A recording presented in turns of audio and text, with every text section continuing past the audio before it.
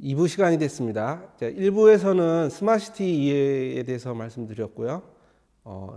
이번 2부에서는 미래 2030년까지 10년 정도의 시간에서 사회와 산업에 어떤 변화가 있을지, 그 사회와 산업의 변화를 일으키는 기술들은 뭔지 이런 걸 살펴보도록 하겠습니다. 제가 오늘 가져온 여러 가지 기술들은 여러 가지가 있을 수 있는데요. 그 가져온 것은 인터넷 오브 센서라는 새로운 개념, 인터넷 오브 thought, 인터넷 오브 생각을 인터넷으로 연결한다. 좀 되게 특이하죠. 이 두 가지에 대해서 말씀드리도록 하겠습니다. 먼저 인터넷 오브 센서라는 것은 여러분이 인터넷 오브 띵스, IoT라는 말은 들어보신 분도 있을 겁니다. 예전에는 사람과 사람을 연결하는 게 통신이었는데 뭐 최근에는 이제 사물들을 연결하는 사물 간 통신을 한다. 그래서 인터넷 오브 띵스라는 말이 있었고요. 줄여서 IoT라고 그러는데 이게 조금 더 진화해서 인터넷 오브 센서라고 컨셉이 나오기 시작했습니다.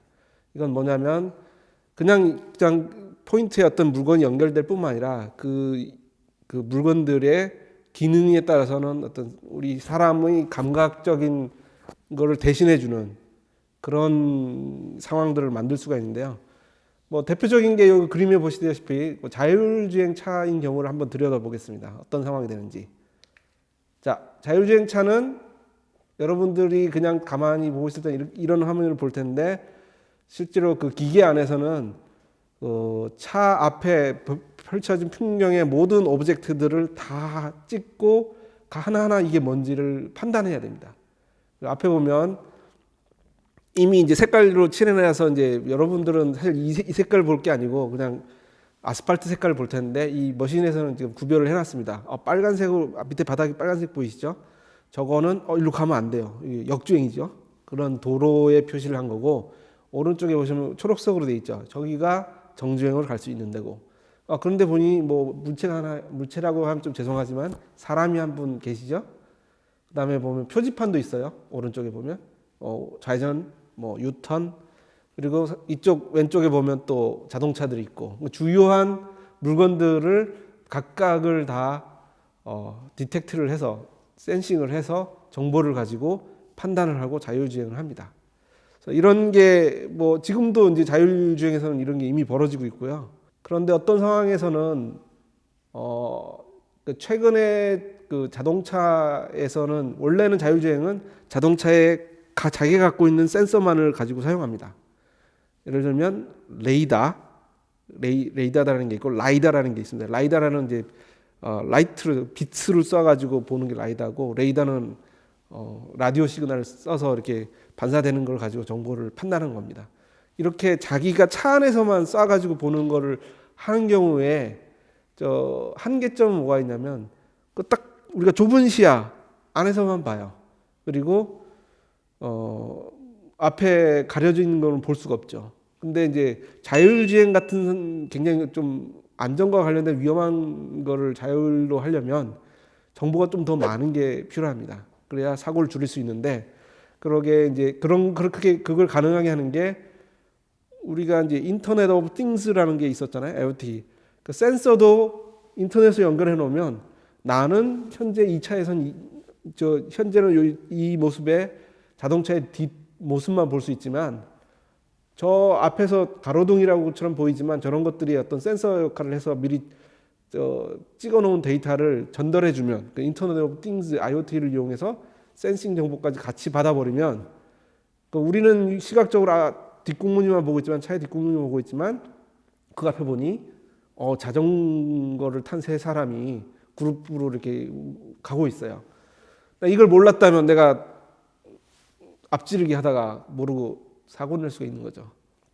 자율차라 하더라도. 근데 이런 정보가 미리 정해져 있으면 얼럿이 뜨는 거죠. 저기 그 사람들이 있을 수 있으니 앞지르기 하면 안 된다라는 판단에 좀 기다리겠죠. 이런 게 새로운 센싱이 되는 거예요. 인터넷 이게 센싱이 나에 국한된 센싱만 하는 게 아니라 나를 벗어난 먼 영역의 모든 정보를 다 한꺼번에 센싱하는. 그래서 인터넷 오브 센서라는 컨셉이 지금 새롭게 필요한 상황이 됐고요. 그러면 요거는 조금 기술적인 이야기인데 센서는 그러면 어떻게 구현하지? 를 보면 사실은 자연계에 센싱을 한다는 거는 아까 라이다라는 표현을 했잖아요. 라이다라는 건 가시광을 쓰는 거예요. 그다음에 레이더라는 건 라디오를 쓰는 거예요. 근데 이게 제가 물리과를 나와서 좀 그런 편이긴 한데 물리를 좀 아시는 분이면 전 세계에 센싱할 수 있는 스펙트럼 다 볼 수가 있어요. 그러니까 주파수에 따라서 주파수가 굉장히 느리면 라디오, 마이크로웨이브라고 표현돼 있죠. 이런 게 라디오 레이더가 되는 거고요. 그 다음에 점차로 이 주파수가 좀 높아질수록 적외선, 그 다음에 우리 가시광선, 그 다음에 울트라바이올렛, 그러니까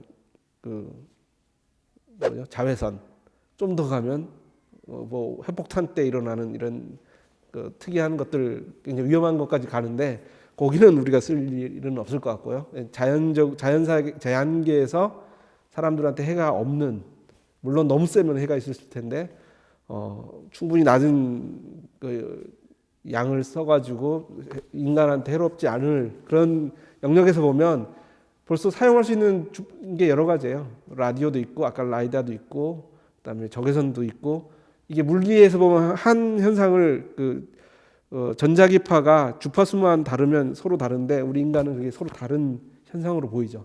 그게 아까 라디오 주파수, 적외선, 가시광선, 자외선 이런 거를 각각 이 스펙트럼마다 특성들이 달라요. 그러니까 예를 들면 마이크로웨이브 같은 경우는 대충 뭐 어떤 방해물이 있어도 딱 뚫고 가서 멀리까지 갈 수 있거든요.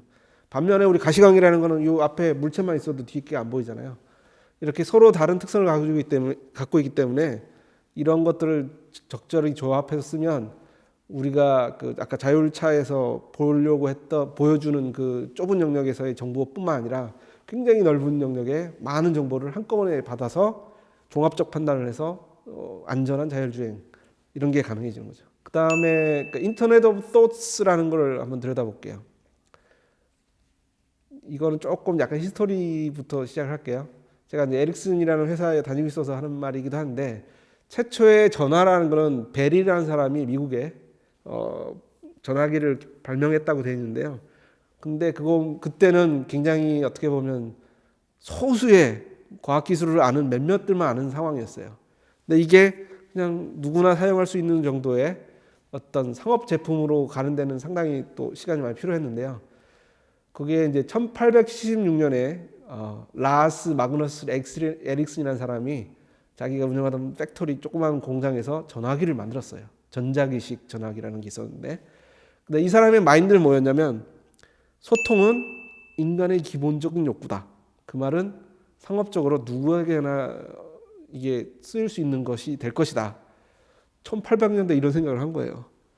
근데 이게 재미나는 게 이제 에릭슨이라는 회사가 1876년에 전화기를 만들고 그게 20년쯤 뒤에는 우리나라 대한제국에 왔어요. 고종 황제가 있던 곳하고 멀리 떨어져 있는데 아차산이라는 곳에 또 이렇게 몇 군데 전화기가 있었는데, 이게 유명한 일화죠. 1896년도에 딱 에릭슨 회사 전화기를 설치한 다음에 3일쯤 지났을 때 그때 김구 선생님이 한 20대였는데 그때 그 명성황후 시해 사건 때문에 뭐 어떤 행위를 했다가 잡혔어요. 사형에 처해진 거예요. 사형에 처해질 거였는데 고종 황제가 고민하다가 살려야겠다. 근데 그때 만약 전화기가 없었으면 거기 뭐 말 타고 가다가 아마 그 사이에 김구 선생님은 돌아가셨을 거예요. 근데 전화를 해서 사용 바로 직전에 사형을 중지시켜라. 이렇게 해서 김구 선생님이 살아나셨고, 우리가 역사의 백범 김구 선생의 그 이후에 이제 중요한 역사적 사건들을 볼 수 있게 되는 거죠. 근데 이렇게 처음에 이렇게 시작했어요. 근데 우리나라는 말씀드렸다시피 인간의 기본적 욕구인 소통하겠다는 게 쓰다기보다는 일부 특수 계층, 고종 황제가 되는 분이나 쓸 수 있었던 그런 거였던 반면, 우리나라의 반대쪽에 있던 유럽의 스웨덴에 있던 회사에서는 인간의 기본 욕구다. 그래서 이거를 전 세계 다 퍼뜨리는 사업으로 할 수 있다. 현재 여러분은 뭐 무선 전화기 포함해서 누구나 쓸 수 있는 상황이 된 거잖아요. 그런데 120년, 1876부터 치면 140년이 지난 이후에 김구 선생님 사건 이후에 120년이 지난 후에 현재의 모습은 아직도 조금 이런 인간의 기본 욕구인 소통을 하는 방법에 있어서 완벽하지 않은 것 같아요. 여기 그림에 잘 보시죠. 스몬비라고 표현하는데 길거리 가다 보면 저도 좀 그런 때가 있는데 몰입하다 보면 뭐 어디 가다가 전봇대 부딪히고 이거 뭐 아직 우리의 그 소통을 위한 도구가 완벽하지 않은 것 같아요. 그래서 미래는 이런 걸 좀 해결해야 될 것 같다. 그런 측면에서 좀 들여다보면 첫 번째 보이스를 이용할 수가 있겠죠. 이렇게 자꾸 보고 가고 있으니까 그러지 말고 보이스를 이용해서 해볼 수가 있을 텐데 근데 그게 가능한 게 여러분들이 아시는지 모르신지 잘 모르겠지만 구글의 머신러닝, 우리 AI라고 표현하죠. AI가 인간이 그 어떤 말을 듣거나 글을 봤을 때 인식률이 100%는 아니에요. 사람도 95%의 그 성공률이 있대요. 평균적으로 인간이. 근데 이미 구글의 그 머신러닝이 2017년에 90% 달성했어요. 근데 그 이후로 더 우리 알파고 사건 아시잖아요. 계속 발전하잖아요. 그리고 이세돌이 알파고와 처음 할 때 그나마 한 번, 5번 중에 한 번 이겼는데 지금은 아예 뭐 이길 생각도 못 하잖아요. 그런 것처럼 17년에 95% 달성한 이후로 엄청 발달했기 때문에 지금은 우리 인간이 그 정확하게 읽어내는 것보다 더 정확하게 구글 머신러닝은 이제 인식한다는 그런 상황입니다. 그러니까 이걸 써면 좋긴 하겠는데 그때 우리가 대화 중에 대화하다가 시리야 뭐 이렇게 해줘 하면서 이렇게 할 수는 없잖아요. 그것도 뭔가 아직 완벽하지는 않거든요. 그래서 페이스북에선 이런 걸 생각하고 있어요. 그러니까 우리가 사실은 한 십몇 년 전부터 있었던 거긴 한데 두뇌의 생각을 바로 읽어보고 싶은 상황인 거예요. 근데 이게 예전에는 어떻게 했냐면 그 좀 두려운 생각이 들 텐데 옛날 연구하는 사람들은 두뇌의 일부분을 땄어요. 열어서 실제로 그 뇌에 거기다가 전선을 뭐 10 by 10, 10개 한 100개의 센서를 달아서 거기 시그널을 읽어가지고 사람이 생각하는 거를 연결해서 어디 뭐 리모트로 해보는 걸 해본 적은 있어요. 근데 그러면 사실 안 될 것 같잖아요. 이게 뭐 매트릭스에 보면 뒤에 막 푹 꼽으면은 뭐 그게 가상세계에 뭐 넘어가고 그러는데 사실 요즘은 그걸 넘어서는 상황이 됐어요. 그냥 어떻게 보면 매트릭스가 아니고 저거죠. 엑스맨에 나오는 그 매그니토가 쓰는 모자처럼 모자를 쓰면 우리 두뇌 생각을 읽을 수 있는 그런 게 작년 19년 7월 30일 날 이 아티클에 보시면 페이스북에서 브레인 컴퓨터 인터페이스 BCI 이런 거를 막 연구해서 발표하고 있어요. 근데 이게 사실 그보다도 몇 년 전에 그 플로리다 대학에서는 놀랍게도 여기 보이시죠? 여성분이 여기 머리에 이렇게 쓰고 있는데 간단한 이 장치를 이용해서 생각만으로 야 왼쪽으로 움직여 오른쪽으로 움직여 이걸 통해서 드론을 움직이는 걸 성공했어요. 그걸 움직일 뿐만 아니라 드론 레이싱을 해서 하는 거를 데모를 했어요. 대단한 상황이죠. 좀 더 나가면 이런 게 이제 그 긍정적으로 쓰일 수도 있고 잘못하면 나쁘게 쓸 수도 있을 것 같은데 저는 이제 뭐 기술을 긍정적으로 쓰기를 원하는 사람 입장에서 보면 카네기 멜론 대학에서는 작년에 팔이 절단된 분이 계셨는데 거기에 로봇 암을 연결하고 이게 만약 아까 BCI가 이전 십몇 년 전 상황이라면 여기 시그널을 이 사람 뇌를 뚫어서 여기다가 시그널 연결해서 했었어야 되는데 이제 그렇게 안 하고 그냥 연결하고 보통 팔이 절단돼도 사람은 놀랍게도 아직 시그널은 남아 있거든요. 그래서 그 고스트 팔 잘린 분들이 나는 마치 팔이 아직도 있는 것처럼 막 느낀다고 표현하는 게 그건데 왜냐하면 그게 시그널이 가서 그래요. 근데 그 시그널을 얘가 읽어서 근데 요즘은 이제 그 해석을 잘 하는 것도 어려운데 이미 머신러닝과 AI가 그런 걸 다 읽어낼 수가 있어요. 그걸 읽어서 의도를 파악합니다. 얘가 이렇게 움직이려고 하는 시그널을 이렇게 할 때 여기 보면 그 시그널이 전달되거든요. 우리가 이렇게 움직이려면 요거 이 근육들을 움직이는 거를 내 생각이 여기까지 전달이 됐을 텐데 그걸 얘가 읽어요. 읽어서 여기 사진에 있는 것처럼 자연스럽게 팔 운동을 이렇게 하는 이런 게 작년에 실제로 있었고요. 조금 더 나가자면 엑소스켈레톤이라는 로봇인데요.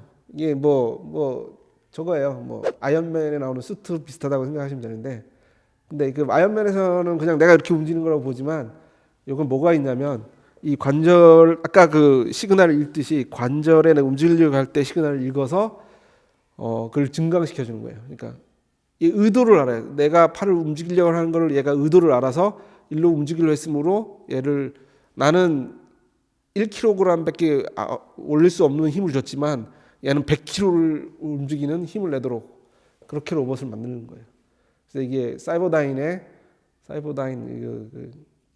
저기 너무 이상한 이름이긴 하지만 마인드 컨트롤 엑소스켈레톤 로봇이라는 게 나오고 있고요. 이걸 조금 더 나가면 사실 굉장히 이상한 생각까지 해볼 수 있는데 지금 하는 게 뭐예요? 머리에 모자를 쓰고서 또는 이런 어떤 장치를 달고서 나의 의도를 읽는다는 거잖아요.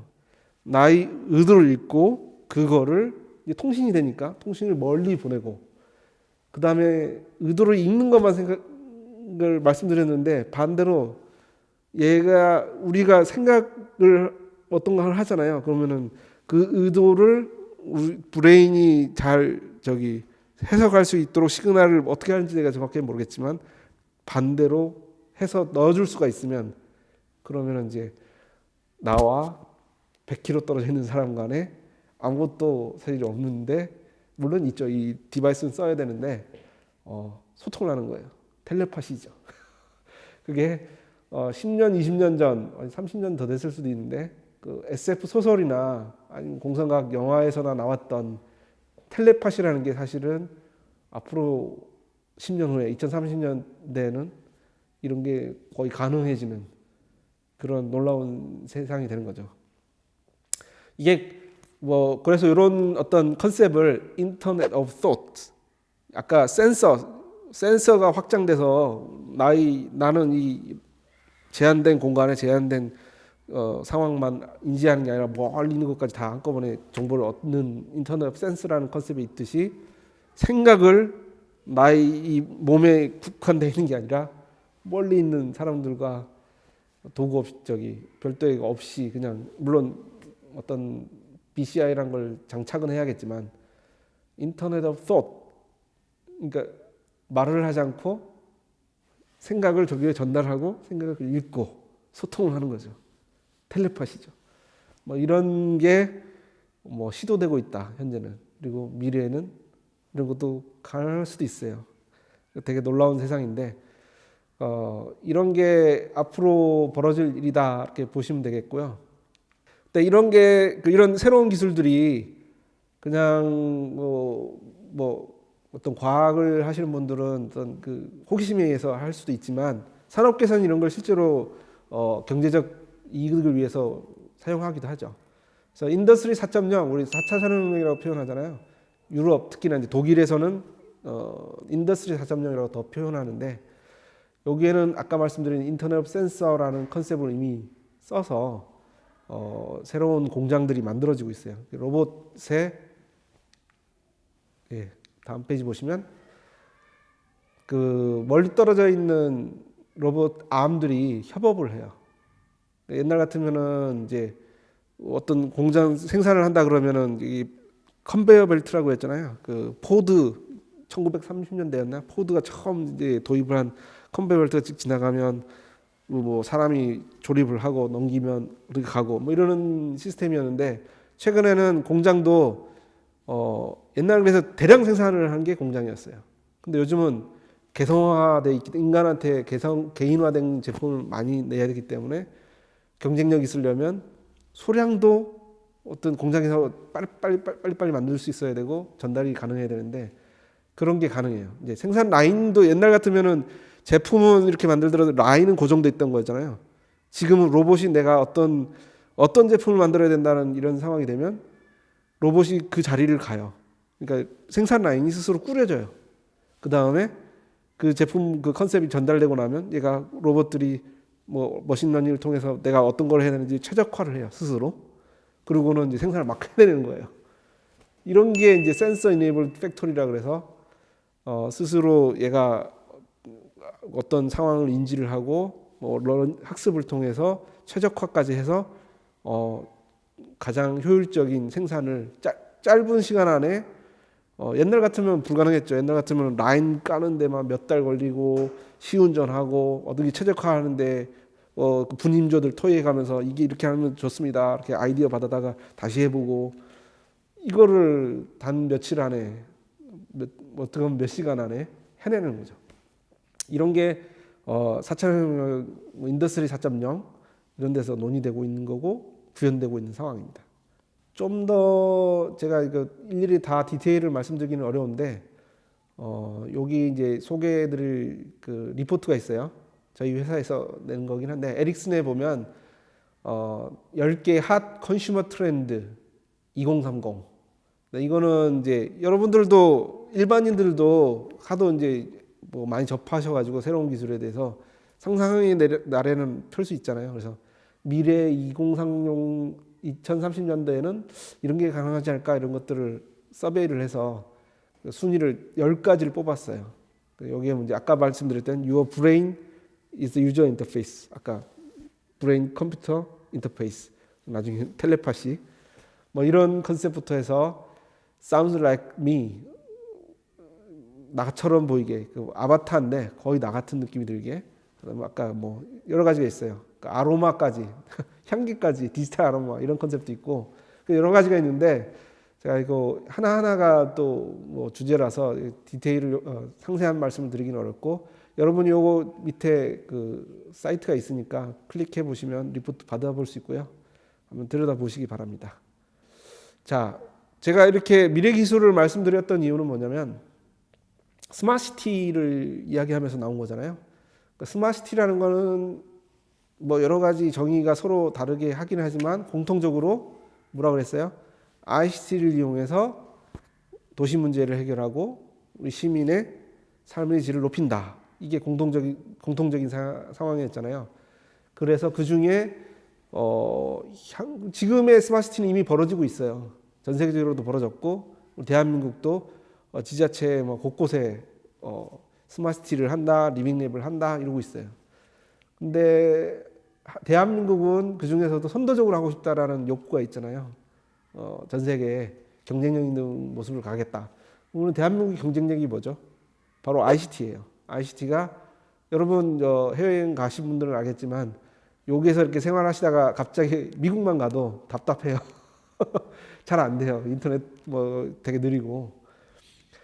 그러니까 저희가 경쟁력을 가지려면 여러 가지가 있겠지만 한국에서의 이미 가진 경쟁력, 5G, ICT, IoT 이런 거가 향후 10년간 어떻게 발전할지를 알면 그걸 아니까 우리가 스마트시티를 어떤 걸 적용하면 남들보다 좀 더 기술적으로 앞설지 이런 걸 볼 수 있을 거고요. 제가 오늘 이제 기술에 초점을 맞춰서 말씀드렸는데 근데 저희가 우리나라가 아직 유럽이나 이런 거에 비해서 장점이 좀 없는 부분이 있어요. 그런 게 이제 리빙랩 분야인데 유럽은 리빙랩 하는 역사가 굉장히 오래되고요. 나라마다 막 수십 개 리빙랩이 있고 유럽 전체가 리빙랩 하는 사람끼리 네트워킹을 하고 서로 이렇게 장단점 분석하면서 뭐 사례 분석도 하고 그래요. 물론 우리나라도 이제 리빙랩이 이제 시작된 지 얼마 안 됐지만 하는 분들 계셔가지고 그 몇몇 안 되시는 분들끼리라도 뭐 네트워킹 작업 있어요. 그런 모임도 있고. 근데 이제 저희가 이 스마트시티라는 사업을 하면서 그 정부에서 주도를 하는 사업도 기본적으로 시민이 주도적으로 시민이 참여해서 하는 걸 원하기 때문에 스마트시티 사업 안에도 리빙랩이라는 게 있어요. 그래서 그 리빙랩 활동을 하면서 옛날 같으면 이제 관주도였잖아요. 뭐 앞서가는 뭐 예를 들면 인터넷이 뭐 해야 된다 해서 뭐 지표가 그래요. 얼마나 빠른 얼마나. 근데 그게 전반적으로 우리 생활에 어떤 향상을 가져왔지만 구체적으로 와서는 그래서 우리한테 어떤 의미가 있지 잘 와닿지 않는. 근데 유럽에서는 꼭 기술 분야가 아니더라도 기술 뭐 연결은 돼 있지만 정말로 우리 지역에 우리 시민이 느꼈던 문제를 해결하는 우리 스스로가 시민이 그런 활동을 하고 있어요.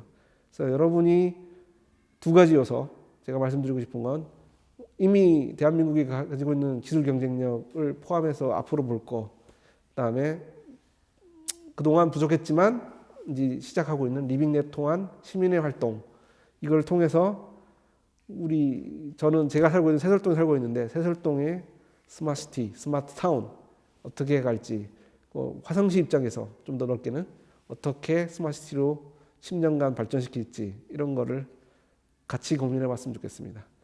그 다음 제가 조금 더 말씀드릴 거는 스마트시티에서의 리빙랩의 역할 분야인데요. 이제 요거 자체가 또 주제라고 한 몇 시간짜리도 이야기할 수 있는 주제인데 제가 긴 이야기로는 말씀드리긴 어렵고 잠깐 뭐 맛배기만 말씀드리자면 뭐 이런 거예요. 현재 한국에서는 스마트시티 리빙랩이 아까 이미 벌어지고 있다고 그랬잖아요. 뭐 세종시 스마트시티 리빙랩 웹사이트 네이버에 치시면 다 나옵니다. 그다음에 뭐 시흥시 여러 도시에서 다 하고 있어요. 심지어 우리 화성시에서도 화성 동탄 지구에 올해 이제 스마트시티 리빙랩 꾸려졌고 활동을 시작했어요. 근데 이제 여기에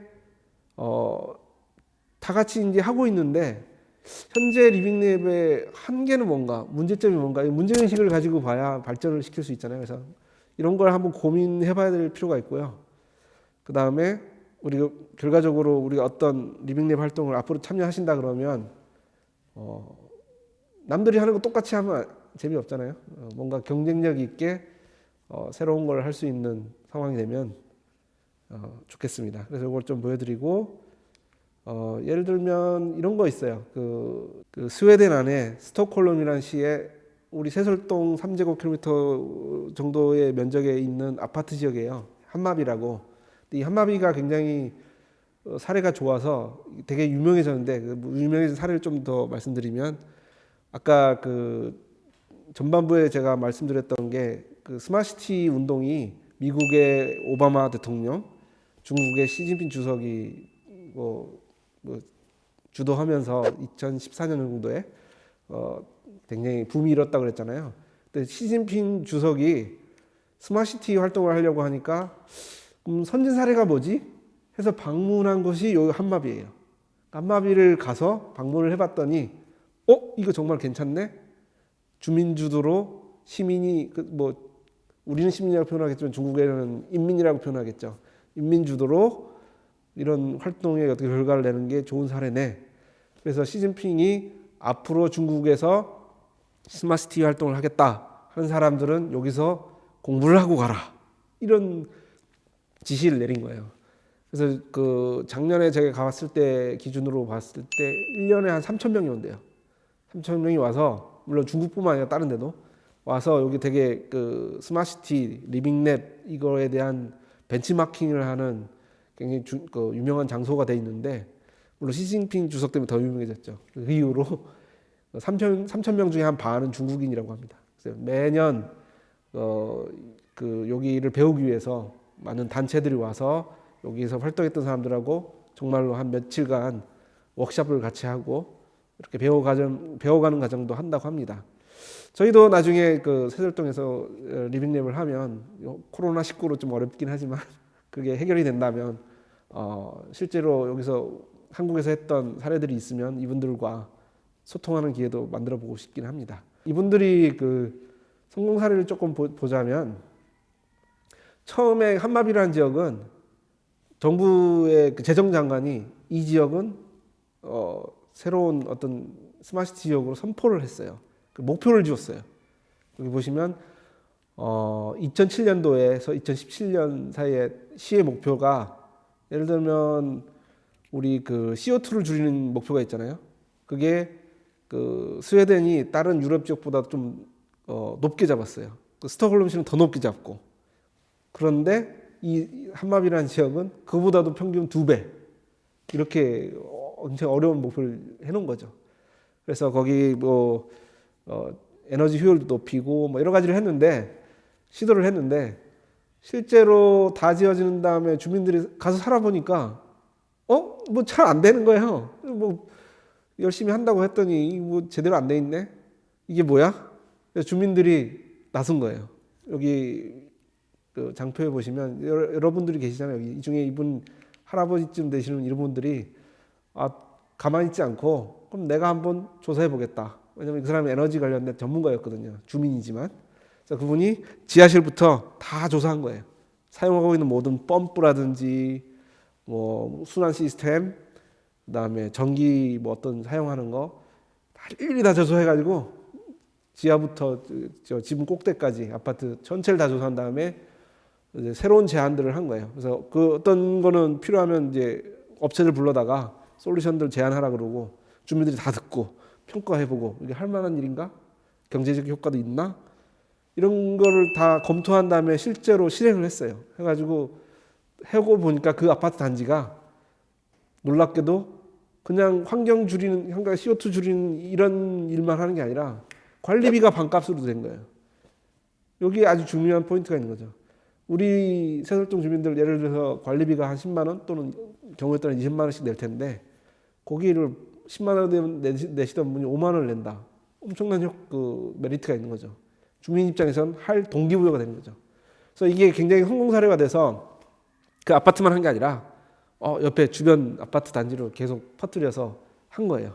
그래서 이름도 만들었어요. 에너지 구루라고 이 할아버지를 에너지 구루로 임명하고 각 단지별로 에너지 구루를 만들어서 그 단지의 특성에 맞게 뭐가 필요한지, 뭘 개선하면 에너지 효율이 올라가는지, CO2를 줄일 수 있는지 이런 거를 했고요. 그게 굉장히 성공 사례가 돼서 주민들이 시작을 했지만 나중에는 뭐 에릭슨이라는 회사가 제가 다니는 회사긴 한데 본사긴 한데 한국으로 치면 삼성 같은 기업이에요. 이런 큰 회사들이 같이 달라들어 붙어가서 도와준 거예요.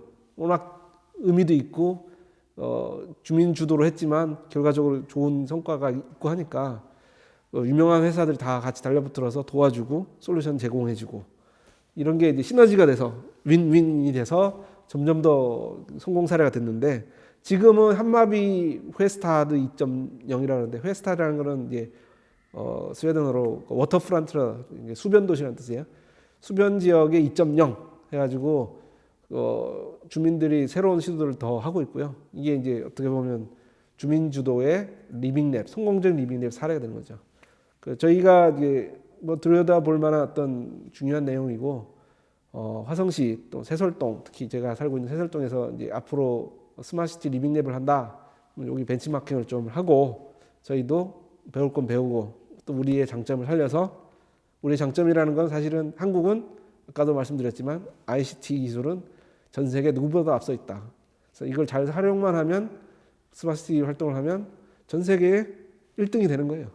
그래서 제가 표현하기엔 글로벌 로컬이라고 표현하는데 글로벌 로컬 에코 스마트 시티 화성시 글로벌 로컬 에코 스마트 시티 이게 제 개인적인 앰비션 야망을 갖고 있는 10년 뒤에 화성시를 10년 뒤에 새설동이 이런 모습이 됐으면 좋겠다. 이런 거를 지금 말씀드리는 건데요. 이 디테일은 제가 오늘 말씀드리기는 좀 어렵고 그런 사례를 이용해서 지속 가능한 글로벌 로컬 화성 에코 스마트 시티 이런 걸 만들고 싶은데 이런 거는 결과적으로는 우리가 갖고 있는 장점 잘 활용을 하고 주민들이 주도적으로 참여하고 시민들이 주도적으로 참여해서 이뤄나갈 수 있다고 보고요. 향후 스마트시티 리빙랩 이런 사업이 우리 동네에도 올 텐데 그러면 여기 강의를 들으셨던 분들은 관심을 좀 가져주시고 적극적으로 참여하셔서 전 세계적으로 탑 클래스가 되는 스마트시티를 함께 만들어 갔으면 좋겠습니다. 제가 오늘 말씀드렸던 내용에 대한 자료들은 요 장표에 보면 이제 다 사이트 있거든요. 이게 아마 공유가 될 텐데 다운 받으시면 여기 클릭하시면 직접 가셔서 좀 더 많은 디테일 상세한 자료를 보실 수 있습니다. 장시간 제 말씀 드려서 감사드리고요. 훌륭한 이런 주민특강 기회를 주신 송리님터 관계자분들한테 감사의 말씀을 드립니다. 송리님터의 유튜브 구독과 알림 설정을 하시면 더욱더 많은 프로그램을 보실 수 있습니다. 구독과 좋아요를 부탁드립니다.